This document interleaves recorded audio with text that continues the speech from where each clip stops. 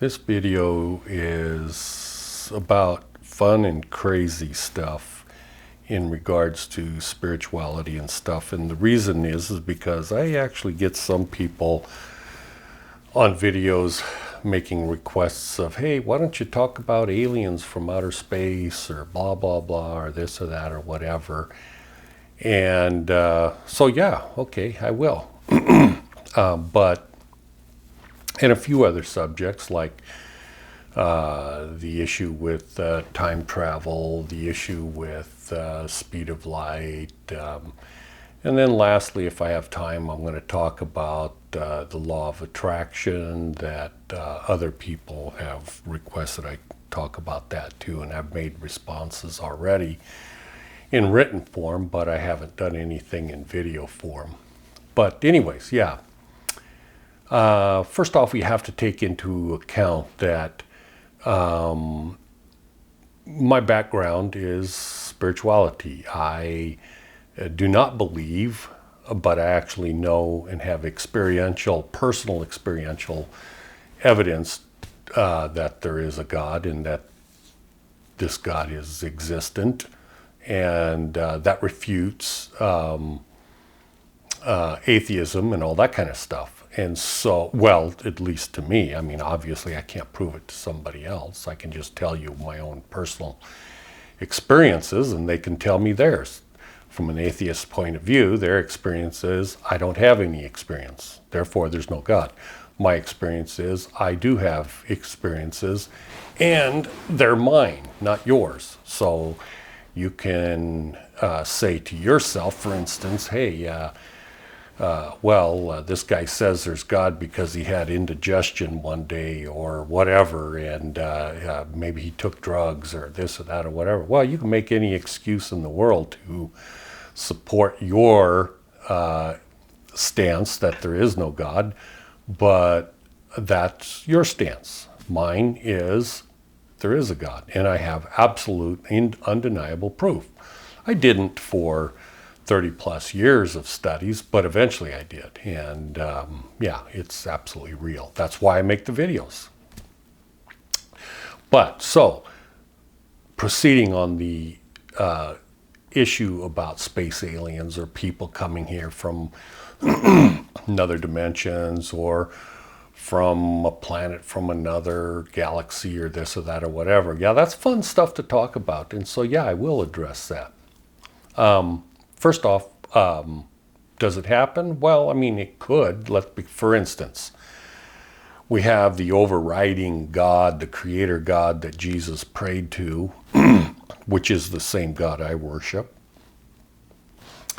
And so that particular creator God has created everything, not just this planet or reality or whatever, but the entire universe, okay? And so if he created it, then he has control over it.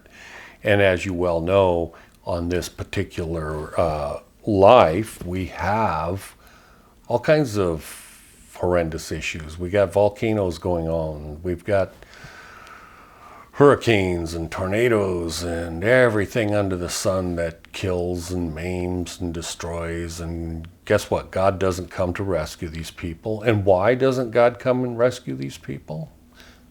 Because that's just the way it is. I mean, if you were playing a video game, for instance, and everything was absolutely boring because there's no death, there's no destruction, there's only this blissfulness of blissfulness, and you go from one blissful episode to the next blissful episode, and everything is, well, I don't know, that's not my idea of excitement. And God is exciting. Why? Why do I say that? Well, because God created this reality. That's pretty damned exciting. Created a reality where you can't, he creates a veil, is what a lot of people call it, where you can't remember the details of your billion-year lifespan. or infinite lifespan, shall I say. You can't remember it. You can remember a lot of things.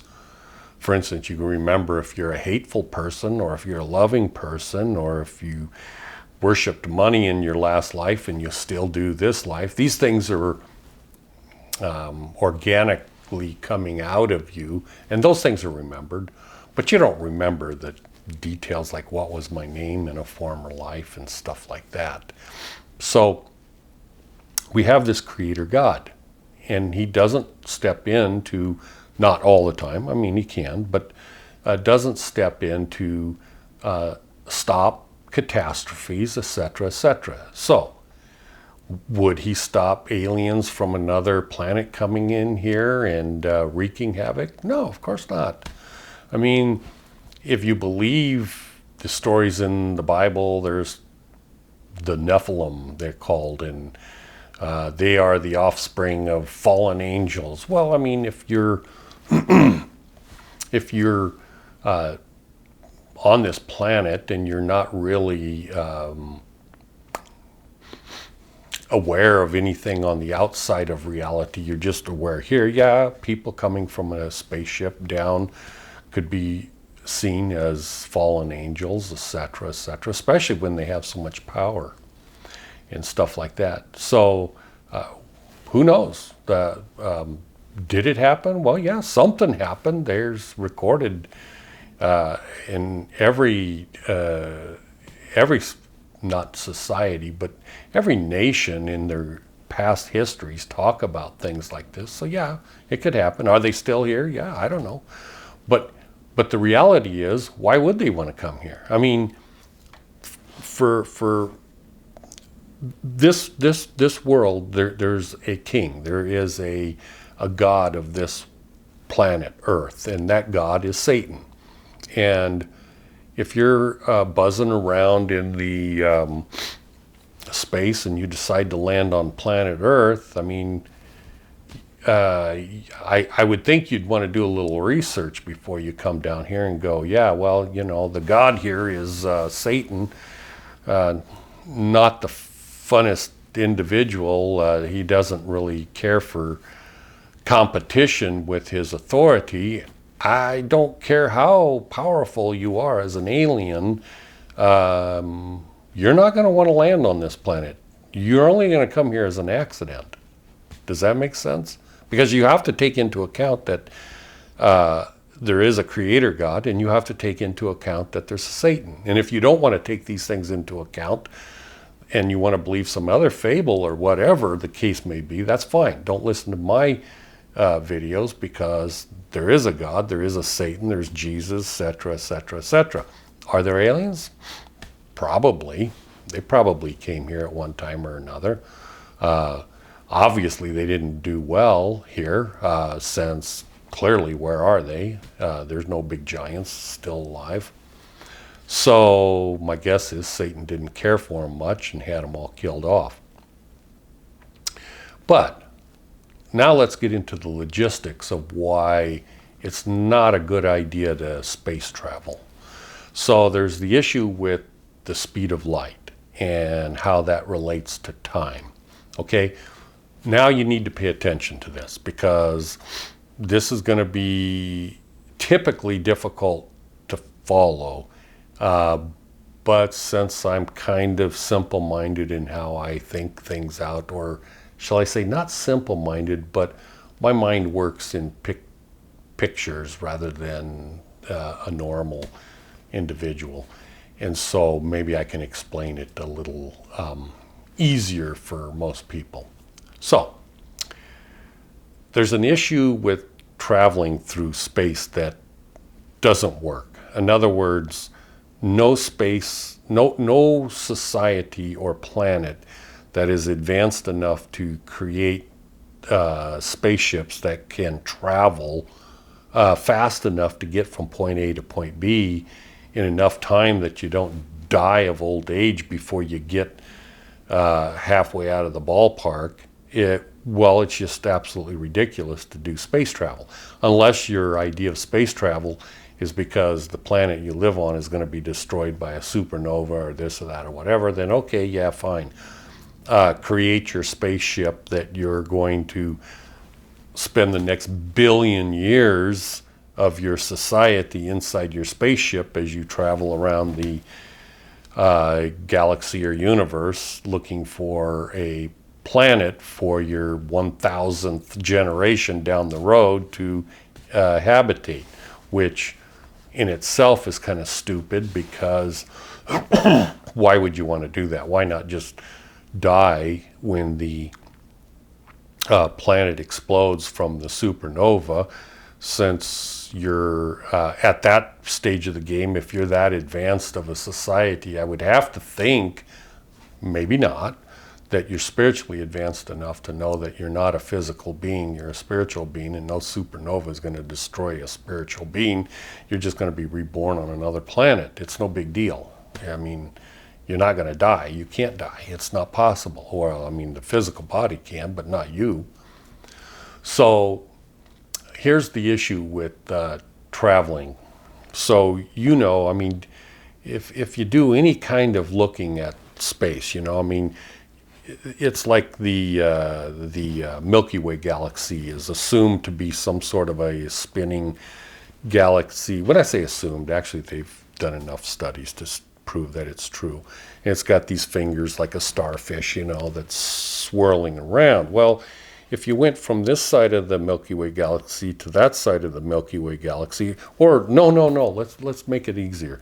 If you went from our star, the sun, to the next closest star, and I mean, like, well, in between here and there can't be any habitable planets, because there's no sunlight, there's no energy, there's no way to survive. You have to at least get to the closest sun, and there's literally billions and trillions of suns, and to get to the closest one, if you were traveling at an inconceivable rate of speed, it would take you thousands and thousands of years to get from our sun to the next sun. And literally, it would take you billions of years to get from this side of the Milky Way to that side. And it would take you trillions and trillions of years to get from our planet to the next closest galaxy. And there's galaxies all over the place. I mean, if you believe in, which I do, there's such a thing as a kalpa of time. I mean, the whole damn thing would come to an end before you got halfway out of the Milky Way galaxy, let alone trying to travel anywhere else. That's if you're traveling at an incredible rate of speed. So it's absolutely ludicrous to think about traveling at a sub-speed of light to go anywhere. Now, could you travel at the speed of light or faster than the speed of light? Well, you can't travel faster than the speed of light, and the reason being is because at the speed of light there's no such thing as time. Now, that's going to be a bizarre one for me to explain to you. So first off, you have to figure out how fast you're going. And science, even the most advanced science, it doesn't know how fast we're going. They can calculate closely. They can say, well, we travel around the sun, and the sun travels, and then the Milky Way galaxy is spinning, and then the Milky Way galaxy, they don't really know how fast the Milky Way galaxy is moving. They don't know that. So we don't know how fast we're going in relation to the speed of light. There is a way to figure that out. I mean, think about it. All you'd have to do is have a sphere. I mean, you got quartz watches that, you can. They use devices to calculate the speed of light, for crying out loud, and they can do it in a short distance of space now. So clearly, you can shrink it down smaller and smaller and smaller, and eventually, I mean, if you had a sphere that had a light-emitting diode in the very center, and it's kept at the center with gravity or magnetism, shall I say, and the sensors on the, like a sphere. And if you had, like a million sensors on the inside of the sphere and on the inside, and each sensor you can time, and then, for instance, the light in the center, when it goes on, then you have all these sensors, and you have the time, when the light turned on, and then you know how long it takes for the light to travel to all these different sensors. And then with your computer, you can figure out how fast you're going, and in fact, what direction you're going in relation to the speed of light. So you wouldn't even need to have a window. I mean, you could set that thing in a dark room, and you would know exactly what direction you're heading and how fast you're heading in relation to the speed of light, which we can't do right now because nobody's ever figured that stuff out. But it's a simple process, really, if you think about it. Okay, so now you take that into account. Okay, so then you know how fast you're going relative to the speed of light. And how fast we're going relative to the speed of light is why we live to be about 100 years old, okay? And so consequently, in Bible terms, for instance, they go, well, blah, blah, blah, live to be 900 years old and stuff like that. Well, clearly that had to be when the planet Earth on the, I'm guessing, I'm just making this stuff up as I go, but I'm basing it on logic and everything from what I know of science and everything, and putting it to use in spiritual and Bible terms. So if you take it for what it is, rather than make crap up and say, well, they didn't write it down right. Well, of course they wrote it down right. The guy lived 900 years old. That's what it says. And 900 years means the damn Earth went around the sun 900 years worth, 900 times. That's what a year is, for crying out loud.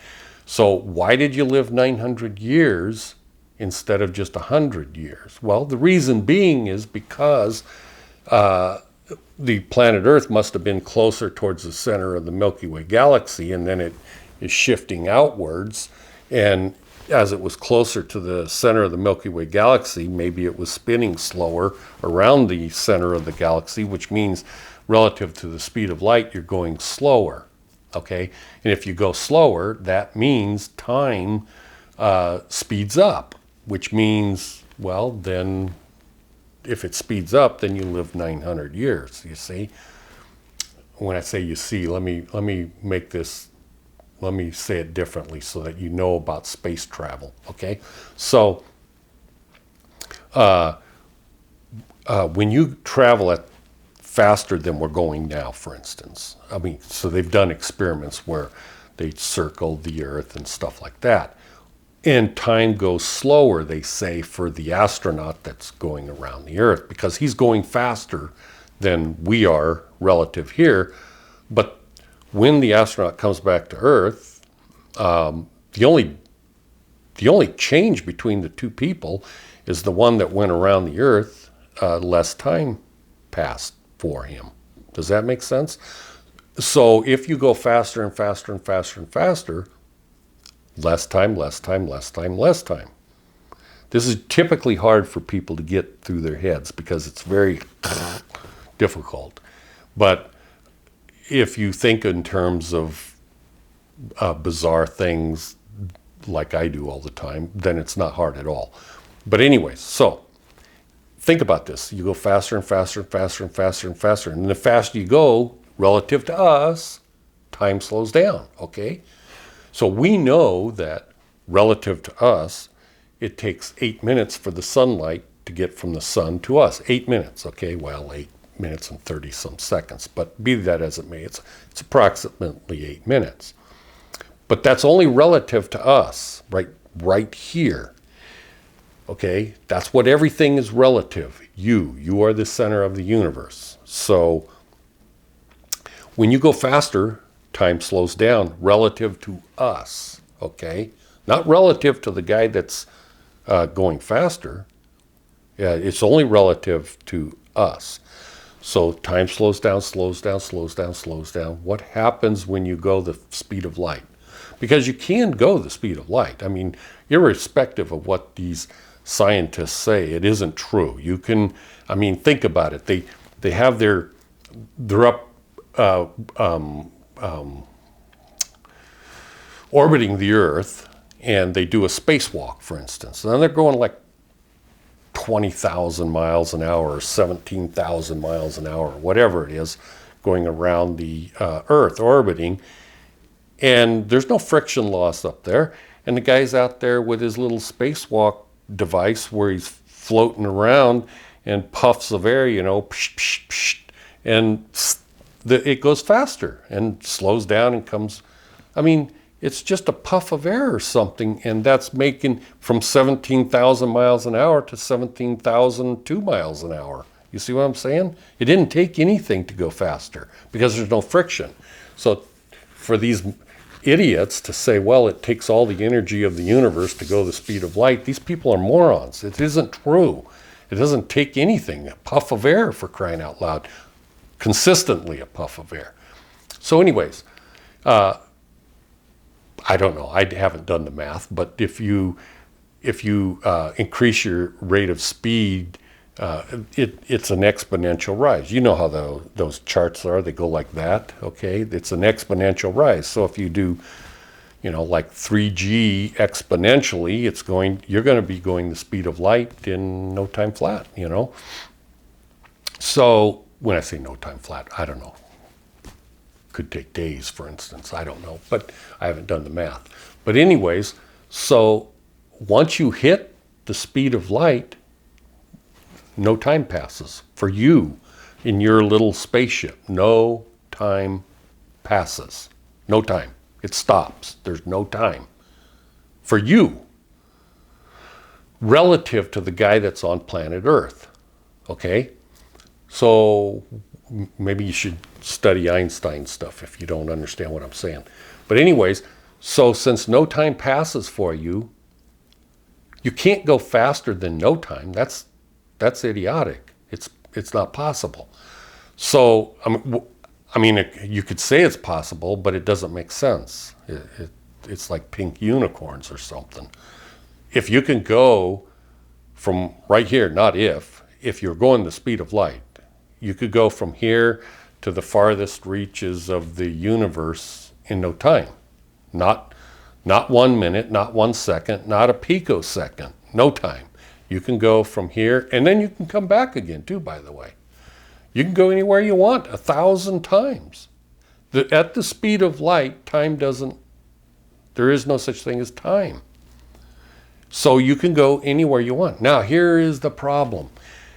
It's like a clock that goes and slows down and goes faster, et cetera, for here. So now you're in a spaceship, you're an alien. And you've got the technology to go to the speed of light. You can go less than the speed of light if you want, it doesn't matter. But I mean, if you went a little bit less than the speed of light, you could still travel the whole damn universe relative to yourself. Not relative to the people on the planet, but relative to yourself. If you were going 99% the speed of light, you could go out of the Milky Way galaxy and come back with no problems in your lifetime. I mean, you could probably go to the next galaxy out of the Milky Way, go to another galaxy and come back. It probably wouldn't take you more than a day or two, you know, if you're going 99.9% the speed of light, which you know is possible, but that's relative to you, not relative to the guy on the planet Earth. Or your alien friends at the planet of where you used to live. So consequently, you get in your spaceship and you decide to travel to another galaxy, and you're not traveling at the speed of light, or let's say you are traveling at the speed of light, who cares? So you're there instantaneously. In fact, the only time that passes is the time from the time you ignite your engines to the time you hit the speed of light. That's the only time that passes. So if it takes you a day, then it's 1 day to go from here to the furthest reaches of the universe you want to go.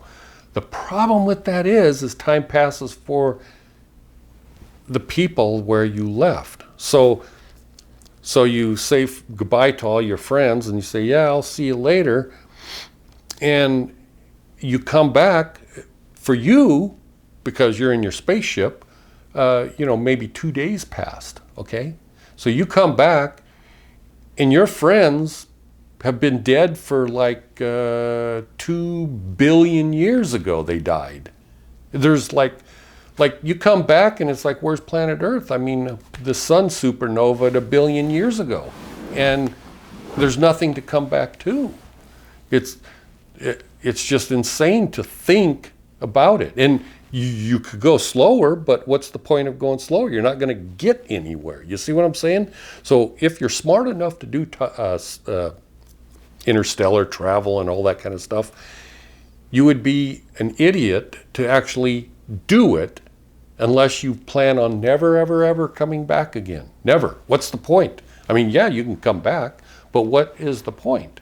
Because first off, if you travel a goodly distance amount of time, the faster you go, the faster time travels for the place that you left. And so when you come back, you're not coming back to anything other than a place where everything you knew that existed died. I mean, if you just wanted to go within our own Milky Way galaxy and come back, and it would take at least millions of years would have passed by the time you get back, or at least 1,000 years if you went just a little ways. But the further you go, more time passes for the planet you left.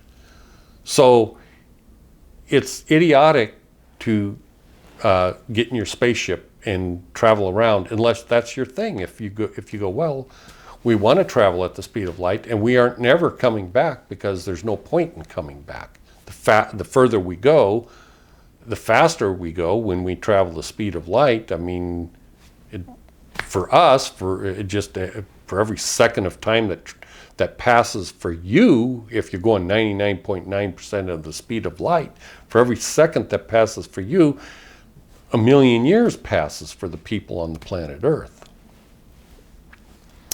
So yeah, unless you're going to do it permanently, there's no point of space travel. Now, that's the one issue. The other issue is, think about the ratios of oxygen, nitrogen, carbon dioxide, and all these sets of things. And then we know on other planets, we got atmospheres of acidic gases and ammonia and all that kind of stuff. Well, as you well know, you can't breathe these things. It doesn't work well. So what's the chances of finding another planet that the ratio is absolutely perfect for you? Pretty slim to none. So consequently, you could have aliens coming here, but they would never be able to survive here. I mean, they would probably die in an instant. Maybe oxygen is such a lethal thing for them that they would die in no time flat. Who knows? I don't know. But the bottom line is the mathematics of having an atmosphere or a planet with the proper radiation and all that kind of stuff. Because see, our human bodies, or everything here, is indigenous to this particular planet. And so you would have to change your physical body somehow, or integrate it into a mechanical machine, or who knows what you'd have to do to be able to survive in another area. So yeah, space travel, dumb. It doesn't make any sense unless you happen to enjoy traveling throughout the universe at the speed of light, stopping here and there and checking things out, but knowing you can't ever come back. It's not possible. Okay, if that's what you think is fun, then yeah, why not space travel? Most especially if your planet is going to blow up in a supernova and you want to stay a mortal, not immortal, a mortal being, yeah, go for it. So there's that. Then I said I was going to talk about the law of attraction. Well, if you've heard any of my videos, you know I, what's the proper word? Despise the word law. And it's kind of funny because over the past few years, they keep reiterating, no one's above the law. No one is above the law. Well, guess what? I'm above the law. I'm way above the law. I don't abide by the laws. Your laws were created to create victims, to create restrictions, to create a slave system. So no, I do not abide by the laws. So when you abide by the laws, you will never become enlightened. You will never discover God. You will never be a creative individual or this or that. Why? Because you're following the laws. The laws were created to restrict. Have you ever heard of the law of joy? The law of happiness? Or how about the law of wonderful tasting chocolate milkshakes? The law of love? No, you haven't, because it's absurd to even say such a thing. Laws are restrictive. And so the law of attraction, yeah, it's a restriction so that you are only focused upon certain things. And if you follow these laws, you can get this, but you can't get that. Does that make sense? So if you're following the law of attraction, does it work? Absolutely it does. If you follow the law of the speed limit, and the speed limit is 25 miles an hour, are you going to go very far, very fast? No, you're not going to get anywhere very fast. But if you break the law, you can do all kinds of things. But of course, if you break the law and you've already submitted yourself to the law, then you go to jail. So the law of attraction, yeah. Does it work? Yeah, it works. If you follow those particular laws and rules, etc., you will get what you want. And if you've ever paid attention to those that advocate for the law of attraction, if you've ever paid attention, literally all of them are narcissistic. It's like, what do I want? What do I want? I want power. I want authority. I want success. I want money. I want this. I want that. It's nothing but a selfish, self-centered thing that Satan has said, well, if you abide by these particular laws, I will bless you with whatever it is you want. You see what I'm saying? There's no such thing as laws if you're going to be following, or if you have a gravitational pull toward God or the love of God or whatever. You can take those laws and throw them out the window, because they just don't exist. There are no laws. If you follow those laws, the law of attraction, well, the God of this world will bless you. You will get money. You will get wealthy. You will, etc., etc., etc. That's why he made these laws. So that's what I think about the law of attraction. Does it work? Yes, it works. Does it work all the time? No, it doesn't work all the time, because most people think they're following the laws, but they're not. And so you actually have to actually follow that law. You actually have to do it correctly. And then if you do, it probably works every time. I don't know. But what law do you have to follow to get inspiration from God so that you can help other people that are less fortunate? What laws do you have to follow? There's no laws. Do you see what I'm saying? You can say there's laws, but that doesn't mean there are laws, because God recognizes that you mess up, you screw up. That's the whole point of the atonement of Jesus. It's like, well, what's the law? What's the law? Well, he didn't follow the law. He messed up. Okay, well, there's the atonement to break that particular law that you thought existed. Does that make sense? Anyways, so yeah, that was the whole point of this video. Kind of, it's fun thinking about the traveling at the speed of light and all those things. But I think most people don't take those things into account. They listen to scientists and people that talk about these sorts of things. But here's the problem with scientists and all these people. They're usually one track, okay? One-dimensional thinking. And so they're absolutely, doesn't matter how smart they are, okay? They are incapable of holding two separate thought patterns, and not only are they separate, but they're both affecting each other. And so if you just focus on one, then you have no idea what's happening over here, and you think everything is based upon this, and that's totally not true. So scientists, most of them can't get it through their head about how time relates to the speed of light, or speed, for instance. Depends on how fast you go, depends on how, and when I say time slows down when you go around the earth, or as you go faster, time slows down. Well, time doesn't slow down for the person that is going faster than the speed of light. It just slows down in comparison to the person that's on the planet Earth. And that's usually something that's very difficult for people to hold in their mind. It's very difficult to hold these two concepts that are like, I can't, this is blowing my head up. But it's simple if you have to exercise your brain